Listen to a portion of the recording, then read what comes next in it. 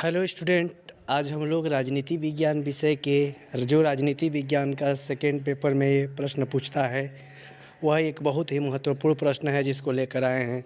वह है अमेरिका के संविधान की प्रमुख विशेषताएं। यानी हर देश का एक संविधान होता है और उस देश का संविधान के बारे में आप लोग बताए ही थे कि संविधान क्या होता है। तो हर देश में एक संविधान होता है और उसी संविधान की विशेषता, तो वह देश पूछा है संयुक्त राज्य अमेरिका। यानी संयुक्त राज्य जो अमेरिका है उसी के जो संविधान है उसका क्या प्रमुख विशेषताएं हैं वही आप लोगों से पूछेगा परीक्षा में। तो लॉन्ग में भी पूछ सकता है, शॉर्ट में भी पूछ सकता है।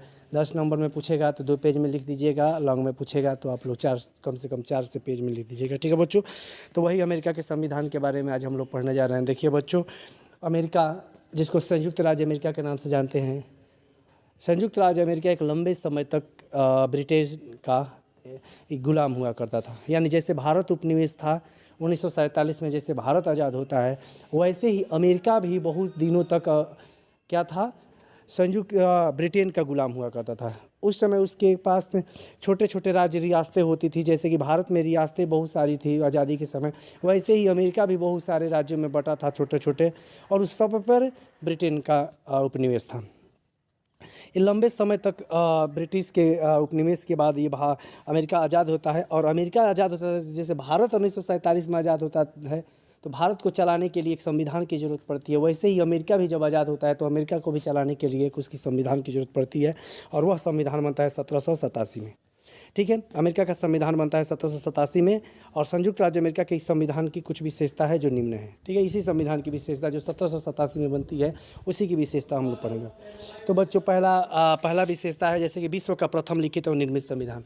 अमेरिका का संविधान दुनिया का प्रथम लिखित और निर्मित संविधान है। यानी उसको बनाने के लिए एक निर्मात्री सभा बैठी थी और वह संविधान बनाई और लिखित, यानी अमेरिका का संविधान का जो भी दस्तावेज है वो लिखा हुआ है। सरकार चाहे कोई भी आए बदलती है, उसी आधार पर इसको चलाती है अमेरिका को। ठीक है, तो ये लिखित संविधान और निर्मित दुनिया का प्रथम। ठीक है, जो बताए हुए थे कि लिखित संविधान और लिखित संविधान, तो ये पहला लक्षण है। सर्वाधिक संक्षिप्त संविधान, अमेरिका का संविधान दुनिया का जितने भी लिखित संविधान है उसमें से सबसे संक्षिप्त संविधान है, क्योंकि कहा जाता है सबसे इतना छोटा है कि ये 10 या 12 पृष्ठ में है, जो 4000 शब्दों में है और जिसे आधे घंटे में पढ़ा जा सकता है। इसमें मात्र 7 ही अनुच्छेद हैं। सिंपल सी बात है, इसके मात्र 7 ही अनुच्छेद हैं, 4000 वर्ड शब्द में लिखा है और इसका 10 से 12 पृष्ठ में ये छपा हुआ है, जिसको आप आसानी से आधा घंटा में पढ़ सकते हैं। संविधान की सर्वोच्चता, देखिए सर्वोच्चता की बात आती है कि दुनिया में क्या सर्वोच्च है, उस देश की सबसे सर्वोच्च कौन है। तो अमेरिका की बात आती है तो अमेरिका में संविधान सर्वोच्च है। यानी अंतिम सत्ता जो होती है उस संविधान के पास है। यानी दुनिया में अमेरिका में जो कुछ भी होगा उस संविधान से बाहर नहीं होगा। यानी सरकारें चाहे कोई भी कानून बनाए, कुछ भी करे, उस संविधान के दायरे में रहकर ही कानून बनाएगी। यानी इसका पालन, सभी को इसका पालन करना होगा। सरकार कोई आए इसी के तहत इसको चलेगी। लिखित संविधान का लक्षण होता है कि जहाँ लिखित संविधान होता है वो संविधान सर्वोच्च भी होता है, क्योंकि सब कोई उसी के अधीन रहता है। सरकार चाहे कोई भी बदले, कितना हो तनाशाह आए, ताकतवर आए, वो संविधान के तहत ही चलती है। ठीक है बच्चों। चौथा है कठोर संविधान। कठोर संविधान के बारे में बताए थे ना हम लोग, जब संविधान पढ़े थे तो बताए थे कि कठोर लचीला। तो कठोर संविधान के बारे में यही बताए थे कि कठोर संविधान उस देश के संविधान को कहते हैं जहां संशोधन करने की प्रक्रिया बहुत कठिन होती है। अमेरिका के संविधान में संशोधन करने की प्रक्रिया बहुत कठिन है, इसलिए अमेरिका के संविधान को कठोर संविधान कहता है। फिर गणतंत्र शासन व्यवस्था, बार बार शब्द होता है, एक राजतंत्र होता है, एक गणतंत्र होता है। तो राजतंत्र में होता है कि जो राजा होता है वो वंश परंपरा पर आता है, यानी अपने उत्तराधिकार में उस पद को प्राप्त करता है। और गणतंत्र उसे कहते हैं कि गणतंत्र का मतलब कि जिस देश का राष्ट्रीय अध्यक्ष यानी जो राष्ट्र प्रमुख है उसका चुनाव जनता द्वारा होती है, चाहे वो प्रत्यक्ष रूप से या अप्रत्यक्ष रूप से। तो इस व्यवस्था से तात्पर्य है अमेरिका का राष्ट्रपति चुना जाता है जनता द्वारा। अतः जिस देश का राष्ट्राध्यक्ष चुनाव जनता द्वारा हो उसे गणतंत्र कहा जाता है, और जहां उत्तराधिकारी वाला हो जैसे ब्रिटेन का राजतंत्र कहा जाता है। बच्चों, तो ये बस याद रखिएगा कि अमेरिका के संविधान में उसके राष्ट्रपति का चुनाव की बात की गई है जनता द्वारा, इसलिए उसे गणतंत्र, भारत भी गणतंत्रात्मक देश है। ठीक है। संघात्मक शासन प्रणाली, संघात्मक शासन प्रणाली उसे कहते हैं जहाँ कई राज्यों से मिलकर संघ बनता है, यानी कई राज्य होते हैं छोटे छोटे, उन्हीं सब से मिलकर एक सेंट्रल गवर्नमेंट बनती है। जब अमेरिका आज़ाद होता है ब्रिटेन से, तो वो भी कई कई राज्यों में बटा था। लोग उस समय वर्तमान में 13 राज्य हुए करते थे, इस समय वर्तमान में 50 राज्य हैं। वह 13 राज्यों ने मिलकर एक संघ बनाया जिसको कहा गया संयुक्त राज्य अमेरिका, और संयुक्त राज्य अमेरिका का नाम दिया गया। और इस समय वर्तमान में उसके 50 स्टेट हैं, यानी प्रांत है, और उसी प्रांतों का मिलकर ये बना है संघ राज्य, यानी संघात्मक शासन प्रणाली उसे कहते हैं। कि ये जहाँ पर संघ सरकार और राज्य सरकार यानी प्रांतीय सरकार, दो प्रकार की सरकारें विद्यमान होती हैं। ठीक है बच्चों, तो अमेरिका की संघात्मक शासन अध्यक्षात्मक, अगली विशेषता है अध्यक्षात्मक शासन प्रणाली। अध्यक्षात्मक शासन प्रणाली से तात्पर्य यह होता है कि जहाँ पे कार्यपालिका व्यवस्थापिका से पृथक होती है, जहाँ से संसद में से ही प्रधानमंत्री चुन लिया जाता है, वहाँ संसदात्मक है। और जहाँ की कार्यपालिका यानी प्रधानमंत्री, राष्ट्रपति और मंत्रिपरिषद संसद से चुनकर नहीं आते, उनका अलग चुनाव ही होता है। वह किसी प्रकार के संसद के प्रति जवाबदेही नहीं होते हैं, उनका चुनाव अलग होता है। ऐसी व्यवस्था को कहते हैं अध्यक्षात्मक शासन व्यवस्था। यानी अमेरिका में अध्यक्षात्मक शासन प्रणाली है, वहाँ पे कार्यपालिका और व्यवस्थापिका यानी संसद का चुनाव अलग होता है, और वहाँ के प्रधानमंत्री, राष्ट्रपति जो भी है, मतलब वहाँ तो राष्ट्रपति होता है, प्रधानमंत्री नहीं होता है, सॉरी। तो राष्ट्रपति का चुनाव प्रत्यक्ष रूप से जनता द्वारा होता है या अप्रत्यक्ष रूप से, जो भी होता है। ठीक है। न्यायपालिका की सर्वोच्चता, न्यायपालिका की सर्वोच्चता से तात्पर्य यह होता है कि जहाँ की न्यायपालिका सर्वोच्च होती है, मतलब कुछ भी करने के लिए अगर संविधान के विरुद्ध कोई भी कानून बने तो उसे कानून को क्या करती है, रद्द कर देती है।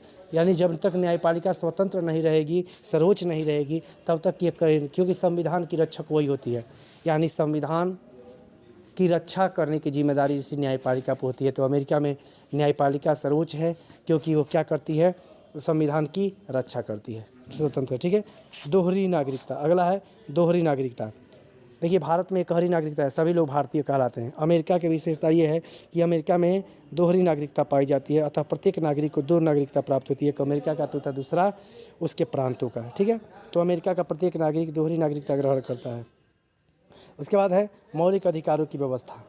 मौलिक अधिकार की व्यवस्था का मतलब कि जिस देश के संविधान में मौलिक अधिकार, देखिए वर्तमान जो मूल संविधान जब 1787 का अमेरिका का बनता है तो उसमें मौलिक अधिकार का उल्लेख नहीं किया जाता है, मतलब कहीं उल्लेख नहीं हुआ था। ठीक है। लेकिन नागरिक स्वतंत्रता और अधिकार को देखते हुए, मतलब लोगों को अधिकार की देखते हुए, क्योंकि लोकतांत्रिक देश था, 1791 में पहला 10 संशोधन करते हुए अमेरिका में मौलिक अधिकार शामिल किया गया। यानी शुरू के संविधान में नहीं था, लेकिन ज़रूरत पड़ी अधिकार और स्वतंत्रता की, तो बाद में उसका प्रथम 10 संविधान संशोधन हुआ, और उसी में 1791 में अमेरिका के संविधान में मौलिक अधिकार को सम्मिलित कर दिया। अगला है सीमित सरकार। सीमित सरकार मतलब संवैधानिक सरकार। जानते हैं क्या हुआ था कि अमेरिका नेतृमातृ सभा जो थी, अमेरिकी नेतृमातृ सभा खुद ब्रिटिश सम्राट जॉर्ज तृतीय के अत्याचार को देखा था। देखिए जब उपनिवेश हुआ करता था ब्रिटेन का, तो ब्रिटेन में राजतंत्र हुआ करता था, और राजतंत्र में जो राजा था बड़ा अत्याचारी होता था। जो किसी भी देश में देख रहे हो राजा, क्योंकि अकेला वही मालिक है, किसी प्रकार के बोलने की आज़ादी नहीं होती है, चाहे जैसे भी हो। हमारे भी राजा महाराजा ऐसे ही करते थे। उस राजा ने, जॉर्ज तृतीय ने इतना अत्याचार किया था, इतना अत्याचार किया था कि ब्रिटेन कि ये दुर्दशा देख चुके थे। जब ब्रिटेन का उपनिवेश अमेरिका भी था तो उसका अत्याचार अमेरिका तक फैला था, अमेरिका तक फैला था। तो अमेरिका का अत्याचार जो था कि ब्रिटेन की गुलामी में रहते हुए, यानी ब्रिटेन के उपनिवेश में रहते हुए अमेरिका की भी जनता उस जॉर्ज तृतीय के अत्याचार को देख चुकी थी। उसने ये कहा कि ऐसा संविधान बनाया जाए जहाँ पे इससे बचने के लिए शासन व्यवस्था को कम से कम शासन, जैसे लाक कहता था ना कि वही सरकार सबसे अच्छी है जो कम से कम शासन करे, यानी व्यक्तिवादी विचार था। व्यक्तिवादी का मतलब कि राज्य का हस्तक्षेप कम हो व्यक्ति के स्वतंत्रता में, यानी व्यक्तिवादी विचारों के लाक से प्रभावित लोग थे, और लाक की विचारधारा उस समय बहुत तेज़ी से प्रचलित हो रही थी। और जब संविधान बनाते हैं तो ये कहते हैं कि जो सरकार होगी वो सीमित होगी। ठीक है। प्रतिनिधियात्मक लोकतंत्र। देखिए लोकतंत्र दो प्रकार का होता है, एक प्रत्यक्ष लोकतंत्र और एक प्रतिनिधियात्मक, इसी को कहते हैं अप्रत्यक्ष लोकतंत्र। अप्रत्यक्ष लोकतंत्र और प्रतिनिधियात्मक लोकतंत्र। देखिए जब हम ऑनलाइन में पढ़ा रहे थे तो एक बार पढ़ाए थे कि वर्तमान लोकतंत्र को किस नाम से जानते हैं, तो प्रतिनिधियात्मक लोकतंत्र। ये भी बताए थे कि वर्तमान दुनिया को प्रतिनिधियात्मक लोकतंत्र के नाम से जानते हैं।